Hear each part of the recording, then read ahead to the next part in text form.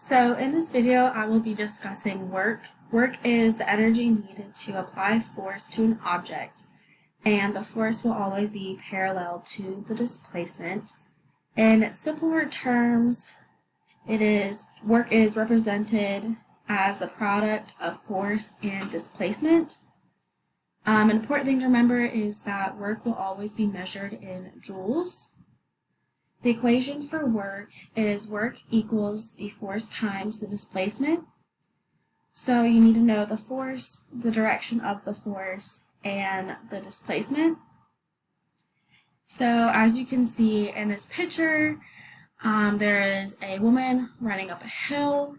So if we were given the variables of how long it took and the amount of time it took her and all that stuff, and how long it was, we would be able to solve for work. But since we're not, we can assume that since she is running uphill, the amount of work would end up being positive since her body would be having to produce more work as she's running uphill.